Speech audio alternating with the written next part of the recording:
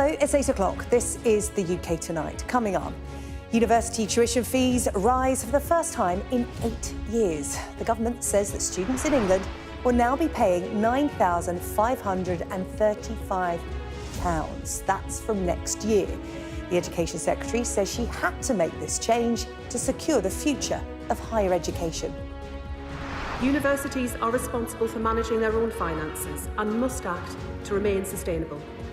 But members across the House will agree that it is no use keeping tuition fees down for future students if the universities are not there for them to attend. I think feels like they're abandoning the youth a little bit. I feel like probably considering the fact that a lot of young people would have voted for Labour. I don't know, it just doesn't feel very fair, in my opinion. Well, we'll be joined by the National Union of Students to discuss what sort of impact this is going to have on those planning to go to university. Also coming up, the Prime Minister announces another 75 million in funding for border security. But is it enough? We'll speak to a former Chief Immigration Officer for UK Border Force. Plus, a British couple are confirmed among more than 200 people who died in last week's floods in Valencia.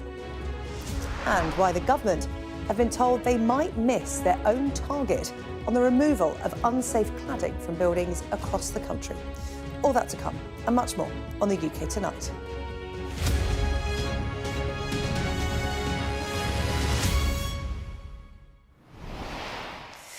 University tuition fees in England are set to increase for the first time in 8 years. The fees will go up in line with inflation to £9,535 per year for UK students.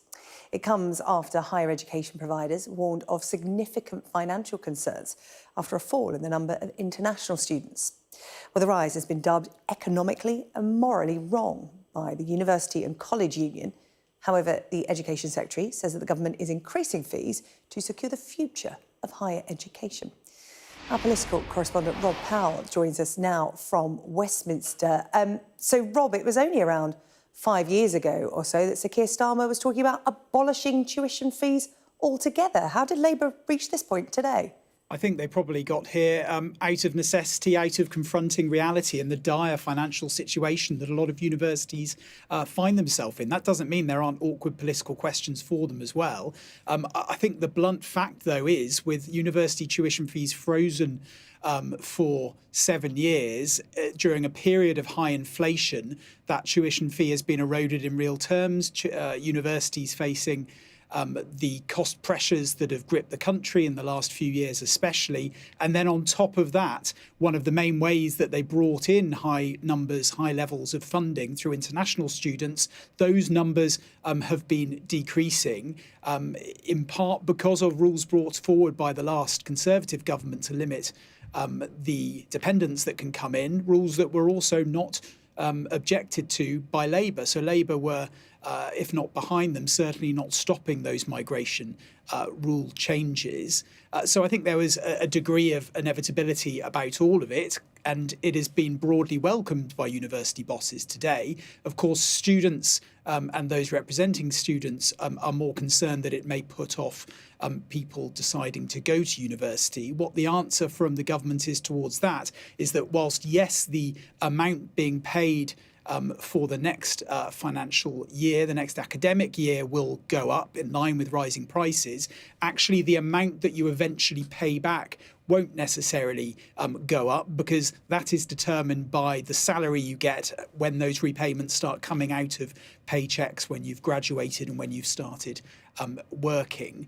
So the overall level of debt you have will be higher, but the rate at which you pay it back for now anyway will stay the same. I think, as you suggest, though, there is a question of sort of honesty and a few awkward political questions here, given Keir Starmer, when he ran for the Labour leadership, was saying that he wanted to abolish tuition fees. Given last June, the Education Secretary, or the Shadow Education Secretary as she was then, was talking about how Labour would make it cheaper for graduates or would lower the costs for graduates as well. And I think given the state that universities have been in, there's questions about whether they could have been clearer around this going into the election. And that was a point that our colleague Sophie Ridge put to the Education Secretary a little bit earlier. It was pretty clear for a long time that something like this would have to happen. Why weren't you honest with people? Look, it is a complex area in terms of the wider modelling. What I've set out today is both an increase in the maintenance loan in line with inflation for students that will be up to £414 a year for less well-off students, I'm talking alongside about that why inflationary you weren't fee honest increase. with people before the election when this has been clear, by your own admission, for years. I was clear that I want to reform the system where it comes to funding and also the sector overall. I'm absolutely determined to do that. But what was necessary today was to put in place that extra investment directly into our universities. Now, Bridget Phillipson talking there about the maintenance loans going up by about £400, the maximum maintenance loan you can get by £400 a year. What is not coming back is the maintenance grant. So maintenance loans, as the name suggests, have to be paid back. Maintenance grants don't have to be paid back. They were axed in 2016 under the then Conservative government. There had been some speculation they could come back, but no plans and no detail about that today. Sophie Ridge pressed Bridget Phillipson on that about whether essentially the Treasury had put the block on it because they couldn't afford it, but she would like it, and she certainly didn't deny that, although of course didn't confirm it either. I think looking further ahead, probably on the university and governmental side, there is an understanding that there probably needs to be broader changes, and the government now saying that they will be looking to bring forward that broader package of reforms in the coming months. Rob, thank you. Rob Powell there with the latest from Westminster. Well, this evening we've been out speaking to students at the University of Leeds to find out what they make of this hike in tuition fees. I think feels like they're abandoning the youth a little bit. I feel like probably considering the fact that a lot of young people would have voted for Labour. I don't know, it just doesn't feel very fair, in my opinion. Really disappointing, especially when you have, like, when I know that my parents went to uni, didn't have to pay, or my dad did at least, and then you see, then, like, when that policy got changed, they said they'd promised to keep it low, and now it's £10.5 grand a year. Absolutely ridiculous. It really will make people have to think about, is university the right option for me? And I think in the past it's been, you go to school, you go to uni, but I think now apprenticeships and things like that are going to become more popular, I think. Oh, well, let's discuss this a little further, shall we, with Amira Campbell, President of the National Union of Students, and Professor Sacha Roseneal, Vice-Chancellor of the University of Sussex. Thank you both for joining us on the programme this evening. Amira, just listening to some of the students there in Leeds, it's not fair. They feel let down. You know, young people tend to vote Labour, and this wasn't discussed in the build-up to the election. So a lot of people tonight will be feeling perhaps a little bit let down by the Labour government. Is that a fair assessment? I mean, I think it is. You know, for a lot of students, seeing tuition fees go up is a representation of it's betrayal for many. You know, think back to the history of tuition fees, the protest, the action, et cetera, that we've seen from students throughout history. It's not surprising that so many people are taking this really hard. It's going up 3.1% in line with inflation. It hasn't gone up in 8 years. Professor Roseneal, why do you need more money? Why do universities need an increase in fees? Good evening. Thank you for having me on. Well, as you say, tuition fees haven't gone up for a long time. The question about how we should fund universities is a very real one. It's a really live issue. And tuition fees have never been popular with students. And the question about how we pay for higher education, whether the cost should sit primarily with the students or with the public purse, I think really needs revisiting. I mean, I would suggest, and I've been suggesting to the government, that we need a comprehensive review of how universities are funded and also how students are supported. Students just don't have enough money to live on, and the maintenance loans have barely gone up along with the tuition fees. So I think we need to stand back and think again about how we fund universities, how we support students, what the balance should be between the public purse and the individual student. And I think we need all the stakeholders sort of getting together. I'm proposing a citizens' assembly of current students, prospective students, parents, employers, taxpayers, and universities to get together and really chew this over and come up with a new settlement for students and for universities.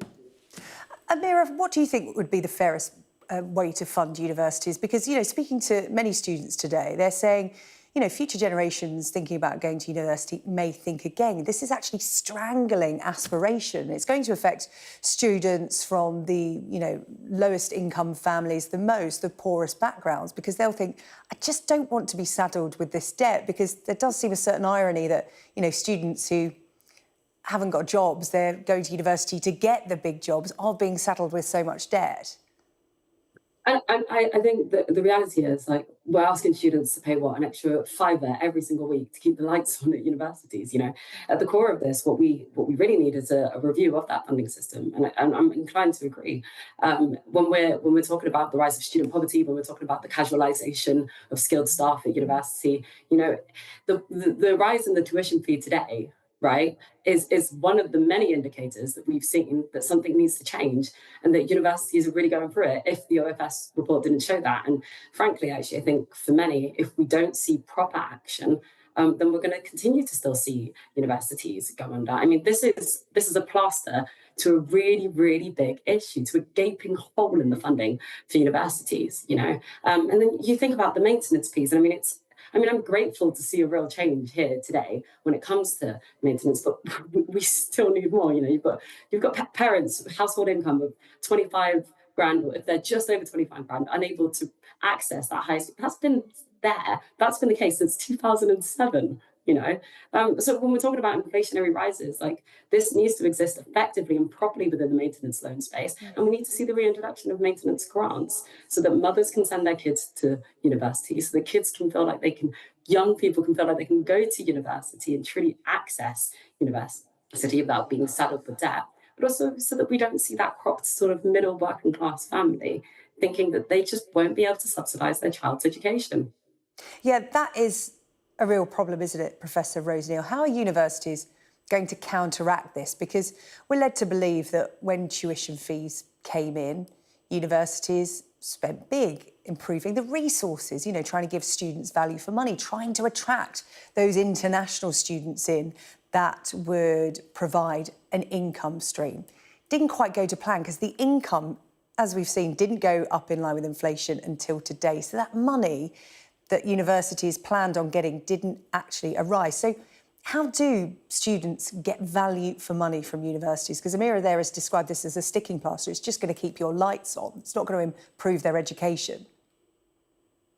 Yes, I mean, unfortunately, this increase, it's a very modest increase today. It doesn't even cover the cost of the new national insurance increases that were announced in the budget last week. So it's not actually giving universities any more money, I'm afraid to say. I think what is positive is that the government is recognising there's a real problem here. And the letter from the Secretary of State to Vice Chancellors today really did acknowledge that there is a serious problem with university funding. But what we've seen today isn't anything that will solve that problem. There does need to be a longer term solution.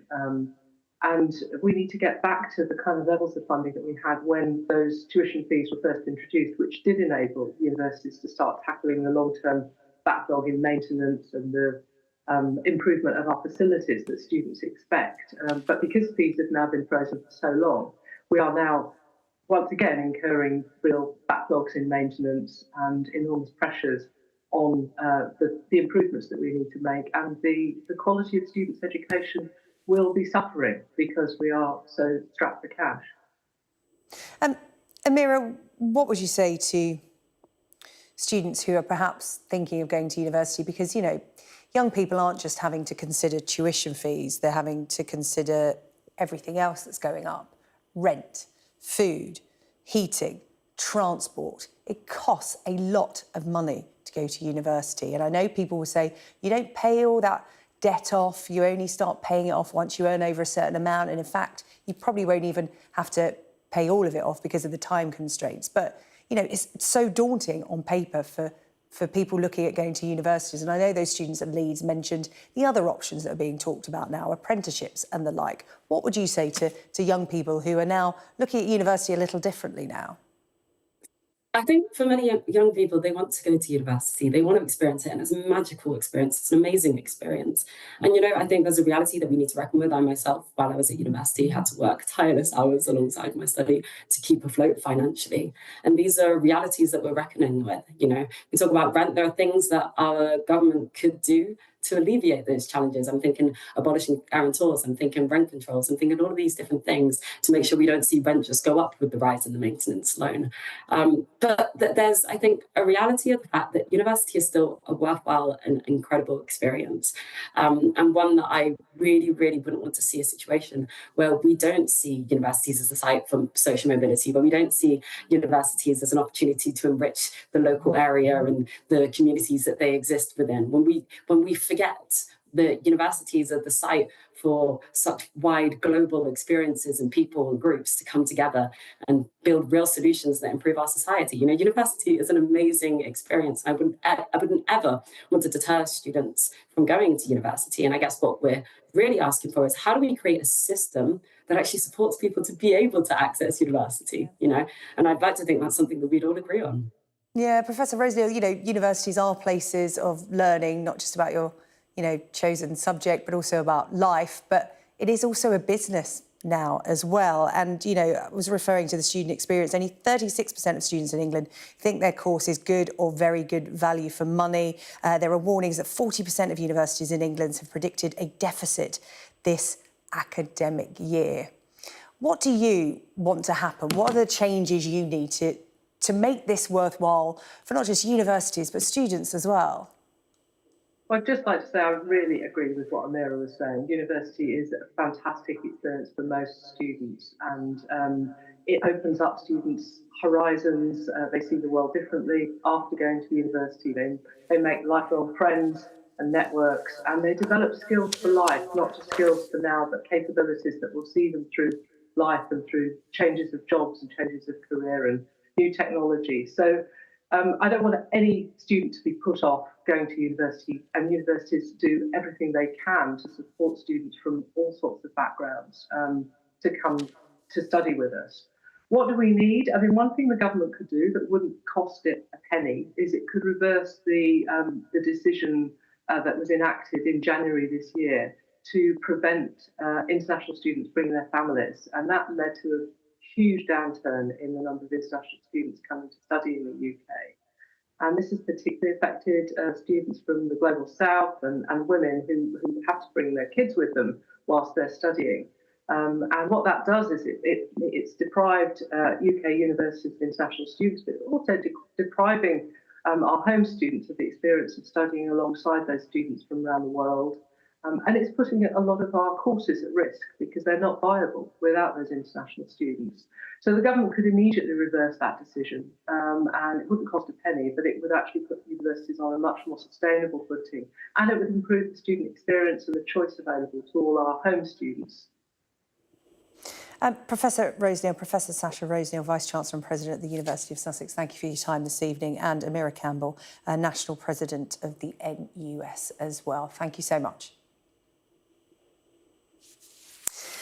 Now, the Prime Minister says his government will treat people smugglers like terrorists, as he announced a further £75 million in funding for his Border Security Command. Addressing Interpol's General Assembly, Sir Keir Starmer said a global response is needed to illegal migration far beyond where we are now.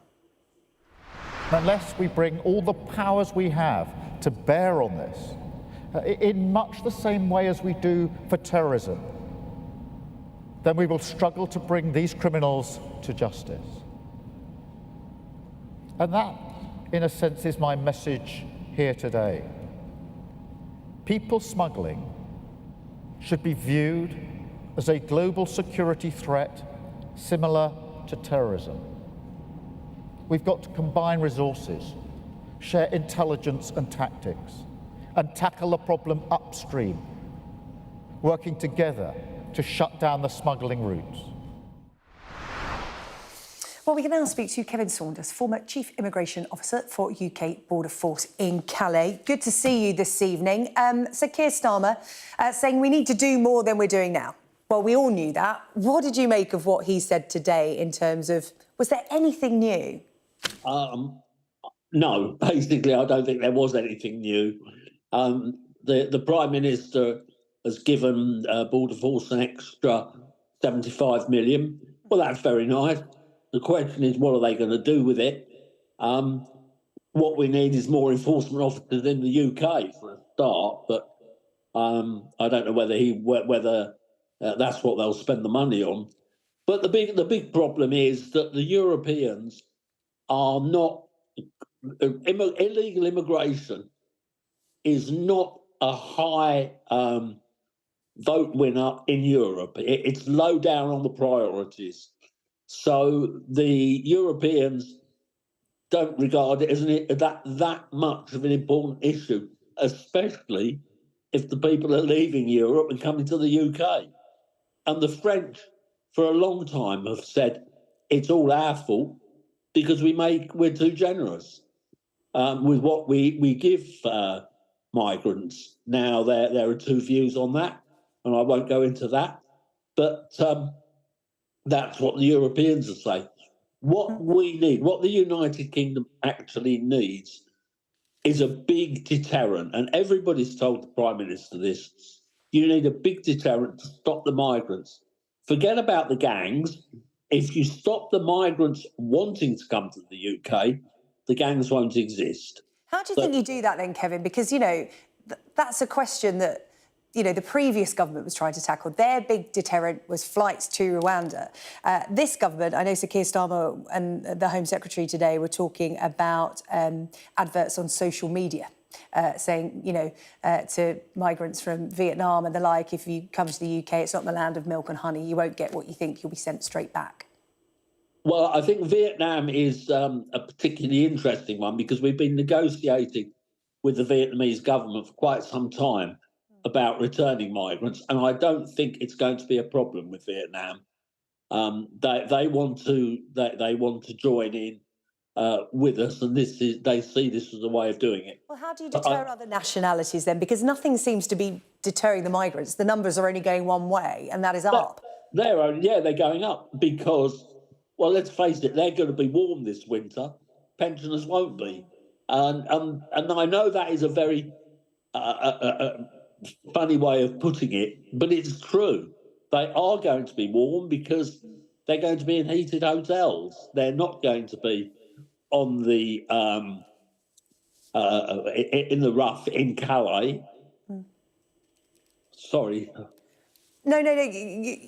You're expressing a sentiment that actually, when we've been out and about in communities up and down the UK, you know, that's what's creating a lot of tension here in the UK, is people who are struggling with the cost of living crisis, as you said, pensioners alike, or, you know, in the main, good, law-abiding people going, you know, we're doing our bit, we're paying our taxes, but, you know, we're struggling, and then people are coming over here, and like you said, so that is a sentiment that is out there, and you've acknowledged that.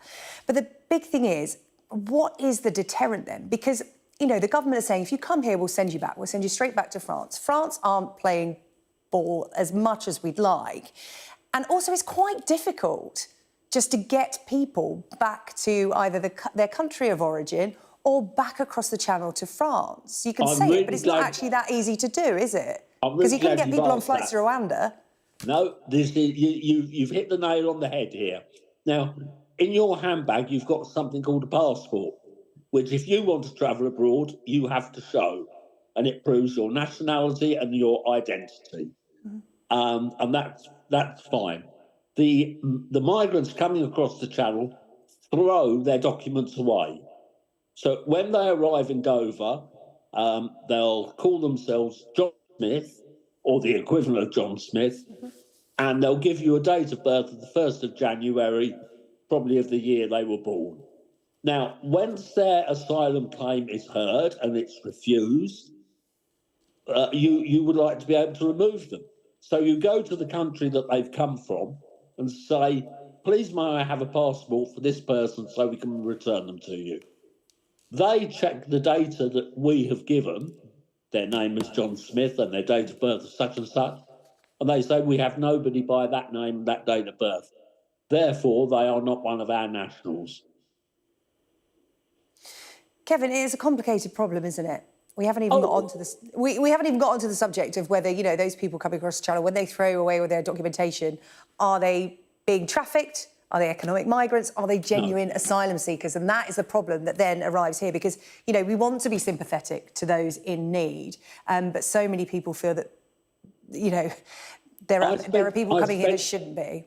I spent 16 years in Calais, talking to migrants who, in my time, were hiding in back lorries. Probably 80% of them wanted to come to the UK to work. Please, mister, let us come in. We want to work, was what they would say. And that's what they wanted to do. They wanted to work. Okay. And they wanted to work in the black economy. Okay. Now, back in the early 2000s, David Blunkett, who was the Home Secretary, wanted to bring in ID cards. He thought this would be a way of stopping people working in the black economy. Kevin, I do have to interrupt you. I knew we weren't going to solve this problem in the 6-7 minutes we had together, but we will pick it up another time because this is an issue that will run and run, but we have run out of time together, so we'll pick this up again soon, reflecting there on Sir Keir Starmer talking today about smashing the people smuggling gangs, yet to come up with a solution to stop that immediately. Thank you for your time. Kevin Saunders, their former Chief Immigration Officer for UK Border Force in Calais. We're going to cross to the United States now because less than 14 hours to go now until the election in the United States. Donald Trump has just taken to the stage. Let's listen in.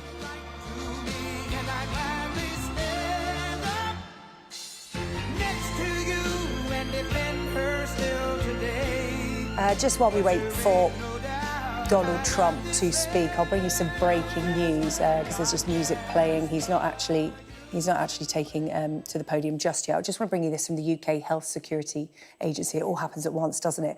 It says 2 more cases of a potentially deadly strain of the Mpox virus have been detected in the UK. The UK HSA says they were detected in the same household as the first person to have the Clade 1b variant. We understand that the 2 patients are currently under specialist care at St Guy's and St Thomas's NHS Trust in London. The Chief Medical Advisor at the UK HSA, Professor Susan Hopkins, says the risk to the population remains low. So that is breaking news regarding the Mpox variant, the new variant, that the latest we have from the UK HSA. I think we can return now to the United States. Donald Trump speaking. Make America great again. That's what we're going to do. So hello to Pennsylvania, a very special place. I went to school here, as you know. I spent a lot of time here, have a lot of friends here, and I'm thrilled to be back in this beautiful Commonwealth with thousands of proud, hardworking American patriots. Great people. Great people. You built this country, I have to tell you. You built this country. You're going to save this country, too. You're going to save it. Because, you know, if we win Pennsylvania, not me, if we win Pennsylvania, we win the whole ball of wax. It's over. It's over. So I'd like to begin by asking you a very, very easy, simple question. Are you better off now than you were 4 years ago? With your vote tomorrow, I will end inflation. I will stop the invasion of criminals coming into our country. And I will bring back the American dream. You're going to have the American dream back. What a shame what they've done to our country. They have destroyed our country, but we're going to get it back and fast. We're a nation in decline, but that will not be long, believe me. And after 4 years of economic suffering, we will create the greatest economic boom the world has ever seen. They're all coming back. All those companies that left us with the jobs, they're all coming back. Think of this, though. We're just 1 day away. Oh, we've been waiting for this. I've been waiting 4 years for this. And so have you. And so have you. We've all been waiting 4 years. 1 day, you gotta show up. I don't want any money. I don't want anything. Just show up and bring your vote. And if you have somebody else that got a little lazy, bring that person too. Say, Jim, you got to get off the damn couch. Come on. We got to make America great again, Jim. We're just 1 day away from what will be the most important political event in the history of our country. But you have to get out. We have to vote. Just show up and vote. I'd love to, really, what we should do is swamp them. Just swamp them tomorrow. You know, we have a massive lead. I don't even like telling you that, to be honest with you. We have a massive lead. First time ever, a Republican was leading by a lot in early, but it didn't happen. The Republicans would always be way behind. They believe in going on election day, so we're going to let you go on election day, right? But they waited till the end always. Democrats would always have hundreds of thousands of votes, and then you either catch them or you don't. You never know what's going to happen. But Republicans have never been in the lead, and not like this. It's a big number. So we have to just get at, you know, the ball is in our hand. We're at the 2-yard line, maybe the 1-yard line, but it's in our hand, and we put it over that. It'll be the biggest event maybe in the history of our country. And let me tell you, it will be also something much more important than that. It's going to save our country, because our country is in trouble. But that's all you need to know. And another thing you want to know is Kamala broke it, and I will fix it, and fast.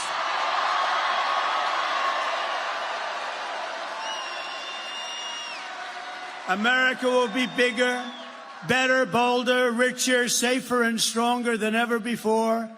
This election is a choice between whether we will have 4 more years of gross incompetence and failure.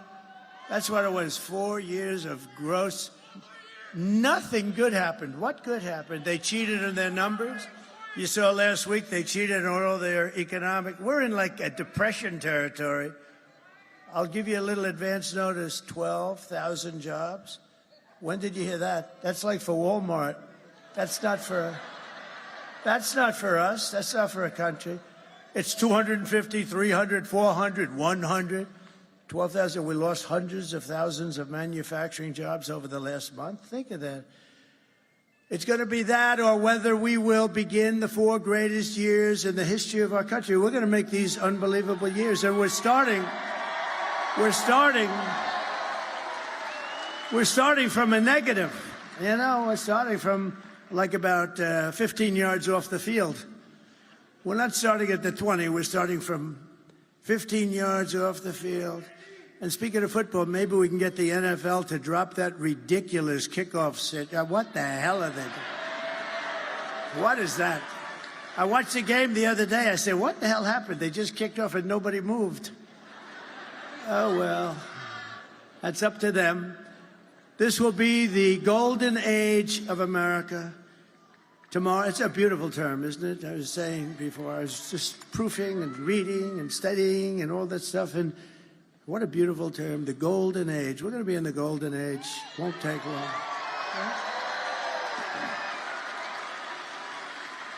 So tomorrow you have to stand up and tell Kamala that you've had enough. You're not going to take it anymore. You're the most incompetent vice president we've ever had. And Joe Biden was the worst president in the history of our country. Kamala, you're fired. Get the hell out of here. You're fired.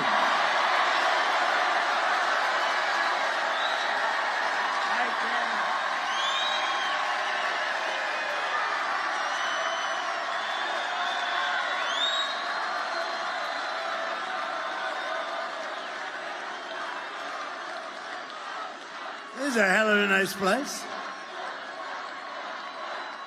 Thank you. With your vote, we're going to win Pennsylvania, and we're going to defeat Kamala and those radical left, what they're doing to our country. Crazy Nancy Pelosi, what's about her? She has visa stock, a big position. You know, she started off with nothing. Now she's worth $200 million. How did that happen? So she has visa stock, and she sells her stock. The day before, it was announced that Visa's under major federal investigation. I don't know. I wonder, do you think she had any insider information? I don't know. It's disgrace. Honestly, she's a disgrace. They ought to throw her the hell out of Congress. We are going to make America great again, and it's going to be fast. We're going to do it fast. We'll fast track it. Over the past 4 years, Kamala has orchestrated the most egregious betrayal that any leader in American history has ever inflicted upon our people. She's violated her oath of office. She's eradicated our sovereign border and unleashed an army of gangs and criminal migrants from prisons and jails, insane asylums and mental institutions from all around the world, from Venezuela and the Congo in Africa, stealing countless American lives. And these are rough customers that are coming, much rougher than almost anybody in this room, other than the other night I had the Penn State national champion wrestling team. Think of this. They have a great coach. They've won exactly 11 out of the last 13 national championships. And I looked at these guys, they came up, I brought them up. And we were at Penn State when we did a little bit. Donald Trump speaking in Pennsylvania as the United States embarks on the final few hours, just under 14 hours now, I think it is, to go. It's the final day of campaigning for the candidates. 78 million people already voted, polls suggesting the race is still exceptionally close. Let's bring in Sky's David Blevins, who is in Washington, has been following these final hours of campaigning. Donald Trump speaking there with signs, women for Trump behind him, because, of course, the female vote seen as key in this election, perhaps. Yes, a record number of women voting early in this election, Sarah-Jane. We've heard Donald Trump say he's waited 4 years for this moment and there's just 1 day to go. But he's now on the last lap of the campaign in North Carolina this morning, back in Pennsylvania now. A critical state, and I'll explain why in just a moment. But it's vintage Trump, I think, we're witnessing. Insult again this evening, describing Kamala Harris as incompetent. Earlier in the day, he described her as a person of low IQ. It's about peddling fear again. He's talking about the invasion of illegal immigrants and his desire to stop that. And notably, as he always does, he is sowing mistrust in the electoral process, talking again about Democrats cheating, something he started claiming within moments of the polls closing back in 2020. And he's already raised a staggering $90 million to contest the outcome of this election in the courts if it doesn't go his way. And he may have good cause to do that, because the polls really are wafer thin. Although a huge number of people across this country are going to vote tomorrow, it's going to come down to those voting in 7 key swing states in the United States, because, of course, it's a state-by-state election rather than a nationwide election. The popular vote doesn't decide who goes to the White House. Kamala Harris is ahead in 4 of those swing states. He's ahead in just 3, but neither of them by more than 1.7%. And Pennsylvania is the key. Between them, they've paid 200 visits during this campaign to this state. They have invested $51 billion in advertising in Pennsylvania. That's because it holds 11 electoral college votes. It really is the key to the White House. Some analysts projecting that whoever wins Pennsylvania increases their chances of taking the White House by 90%. That's why Donald Trump is there right now. That's why Kamala Harris will be there later this evening. David, thank you. David Blevins there from Washington. Much more on the US presidential race to come here on Sky News, but coming up after the break here on the UK Tonight, a warning that thousands of buildings with unsafe cladding are yet to be identified.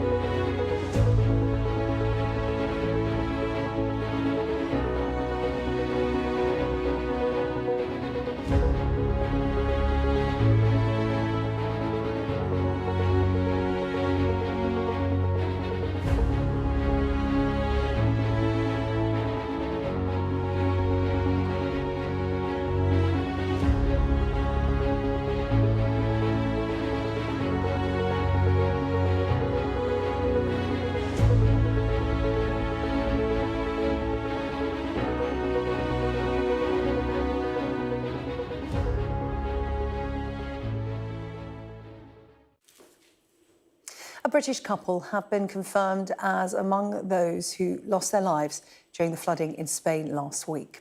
The bodies of Terry and Don Turner were found in a car in the Valencia area over the weekend. At least 217 people have died in the floods, and there's growing anger about the response from the authorities. My sister and I both got a phone call to say that they'd been found in their car. And unfortunately, they died. There was no alert. My parents would not have been out with that alert. We are so angry at the slackness of the Spanish authorities in that respect. Because I believe, and especially not just our mum and dad, there's hundreds of people, hundreds. And they have to be held accountable for that. I think it's absolutely diabolical, to be honest. So we're sitting there also with anger. And it's not a good place to sit, nor should we be sat with anger. I think they're terrible. And they acted far too late. And this didn't, it was unnecessary. What happened in Valencia was unnecessary. We're going to go over there, aren't we? Yeah. My husband's coming. We need to obviously go to the house. We need to speak to their friends. I haven't got a clue what to do. No.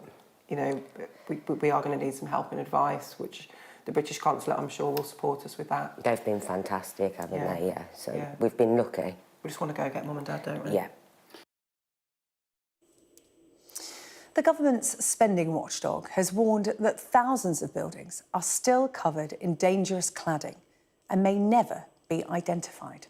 The National Audit Office has urged ministers to publish a deadline for completing all work on cladding, saying residents are suffering financial and emotional distress. Well, let's speak now to Jennifer Frey, who's from the campaign group End Our Cladding Scandal. Jennifer, good to see you. We spoke back in September, didn't we, at the conclusion of the Grenfell inquiry, and something you said to me that morning stuck with me, and I pulled out my notes from that day, and you said the pace of removing cladding and other fire safety defects from flats across the country has been slower than anticipated, and at the current rate it could take decades, and that's been acknowledged officially today. Yes, I mean, I think for anybody that's involved on a day-to-day basis or living in an unsafe home, they're perfectly aware how slow the pace has been. And it's been clear for a long time that it could take up to 2 decades to fix all unsafe homes. But today's actually the first day that's been acknowledged and come out publicly. The government has done some modelling, which says that they're actually behind the pace that they would need to be to complete in 2035. And they've known that for quite some time, and that's not being told to the public or to people living in unsafe homes. And I think if the government wants to say that residents are at the heart of everything they're doing and that their concern about people's safety and well-being is central to what they're doing, we need there to be much more respect for the way that people are having to live with this day in, day out. And now imagine living with that for 2 decades. It's unacceptable. It's unconscionable that people can be expected to live in unsafe homes for that long. Well, yeah, I mean, what a prospect that is, getting to the 20th anniversary of the Grenfell disaster and people still being in a situation where that could happen again. It's unfathomable. Or is it? For those watching at home tonight, Jennifer, perhaps you could explain why this is taking so long. Well, there's lots of reasons, and the NAO report uncovers quite a few of them, but a big part of it is that it's just all too complicated. There's about 7 different funding schemes. They all have slightly different rules, slightly different systems, slightly different requirements and criteria of what they'll fund. So it's been too complicated. The government has also tried to sort of siphon off groups of people that it's not going to help. So not all leaseholders are protected from costs. Not all buildings are protected. So buildings under a certain height aren't protected. And just sort of carved out exceptions like this, which make it too complex.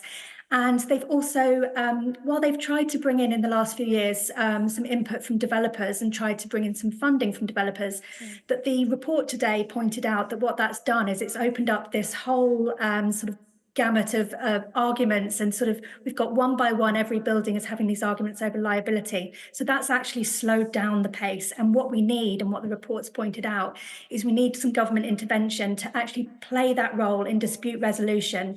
There was a promise by Michael Gove of an independent dispute resolution process, and it's nowhere to be seen. So what we need is that strong intervention role from government to step in and sort of take those decisions out of the hands of the industry actors and have a sort of consistent approach and not leave it so complicated as it is today. Yeah, well, we've now been promised by this new Labour government a remediation acceleration plan. What's that and how's that going to help? Well, they haven't announced what it means yet. I mean, last week in the budget, we did hear that there was additional funding. But what the announcement was it said that it would rise to £1 billion of funding next year. Now, the NOO report today actually shows that there was already funding promised of 0.9 billion. So there's a small incremental increase. It's not as much as it might have appeared last week. But the issue isn't really about funding, because a quarter of the funding that we've got already has been spent, and there's a lot already sitting there. The issue is effectiveness and efficiency. And I think one of the things the report did show is that the newer government scheme, the cladding safety scheme, is operating. It's early days, but it's operating much more quickly and much more efficiently than the previous schemes. So we'd like to see them sort of build on that learning and perhaps take all the schemes, including developer schemes, into that one route and just focus on simplicity and removing the bureaucracy that's there at the moment. Yeah, getting caught up in red tape, as you said, so many stakeholders. This is happening right across the UK, up and down the country. Thousands of buildings affected, tens of thousands of people's lives affected. You mentioned those people that are the exceptions to this, those with buildings under a certain height, effectively trapped in their homes. They can't sell those homes with unsafe cladding. Well, exactly. It's all the knock-on impact of that kind of thing on people's lives. Yeah. And I think, in my own case, my building was a 4-storey building and it was destroyed in a fire. So, there are instances where low-rise buildings can have life-critical fire safety defects. So while there might be a lower incidence or prevalence of that happening, the report today says that the government doesn't actually know what the incidence is below that height. And they recommend that in most cases there should be lesser actions like alarms or sprinklers. But there's no funding for alarms or sprinklers for buildings of that height either. There's no monitoring of that. There's no reporting of that. So there needs to be some... Presumably you can't get buildings insurance and things like that. So if your home catches fire, it's tough luck. Yeah, I mean, in most cases, there is now a solution for people to get insurance, not always, but we're seeing percentage increases of around 500%, 600%, sometimes 2,000% increases in insurance. So the insurers have a different standard for what they think is acceptable for the level of remediation. And that's where the government needs to step in, because we can't have every different stakeholder disagreeing over what reasonable work is or what proportionate work is. That's where the government has a role to actually set the standards and ensure that there's consistency. OK, Jennifer, really good to talk to you again. Jennifer Frame from the End Our Cladding Scandal campaign. We will speak again. Jennifer, thanks for your time tonight. Thank you. Still to come. Big changes ahead at Arsenal, where Director of Football, Edu, has quit the club for a job with a rival Premier League club owner. Stay tuned for details.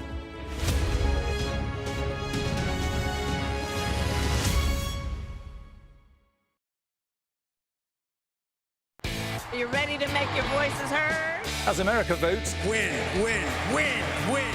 Get ready for an election night like no other. join our team stateside as we get close to the action and bring you the results as they arrive. with full reaction and comprehensive analysis guiding you through the night. In an election which could have huge consequences around the world. America Votes, Election Night Live. Get the full story first on Sky News. Prime Minister Modi is the most popular politician in the country. He is expected to win his third term in these elections. Jubilation in the streets, while some emotional. This is a political victory for Prime Minister Modi and his Hindu Nationalist Party, a promise fulfilled. I'm Neville Lazarus and I'm Sky's reporter based in Delhi. He paid over $50,000 to traffickers to get him to America. Instead, he was kidnapped, tied up and threatened by smugglers. A commando from the state force walks me through to a Mai Tai village on the front line. Firing to civilian and they're burning our house. We cross to the opposite side, held by the cookies. When they fire, we have to retaliate. Sky News get the full story first. Companies like these are helping India in its trajectory to be a serious player in space exploration. The enthusiasm is palpable. The young desire change.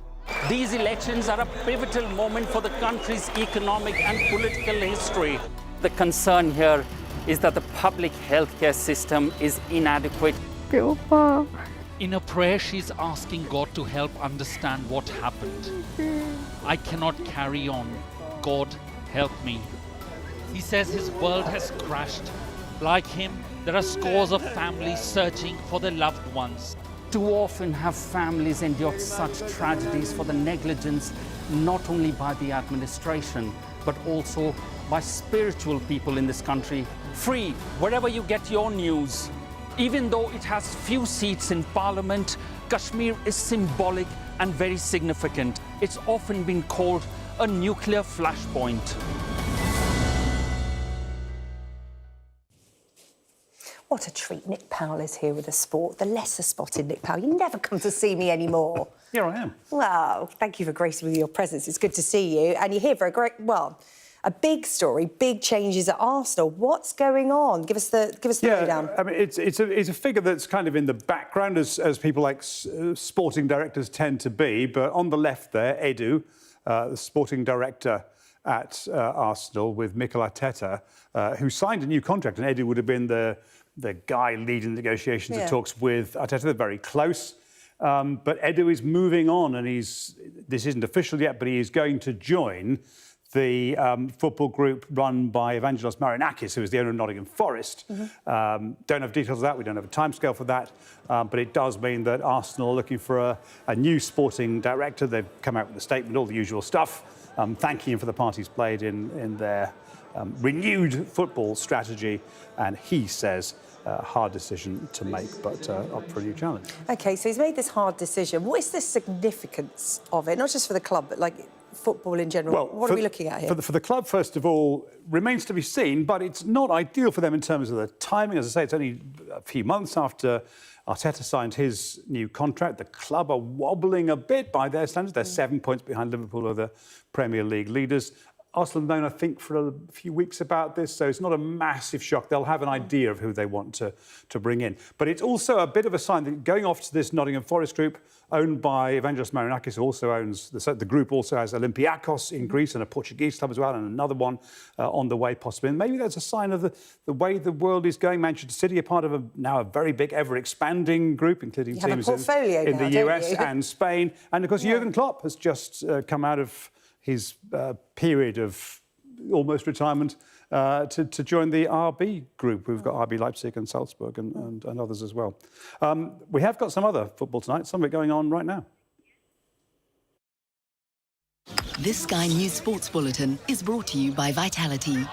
Getting more people more active. Live life with Vitality.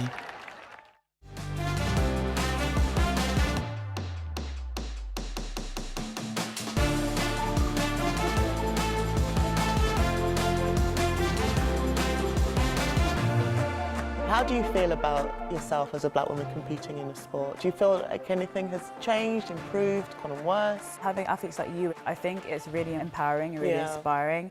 But I think, it also comes with its challenges. In every aspect of the sport, like the coaching, I think we can do a better job. And it's nice that we're pushing the barriers and seeing black females at the top. But it's not easy for us.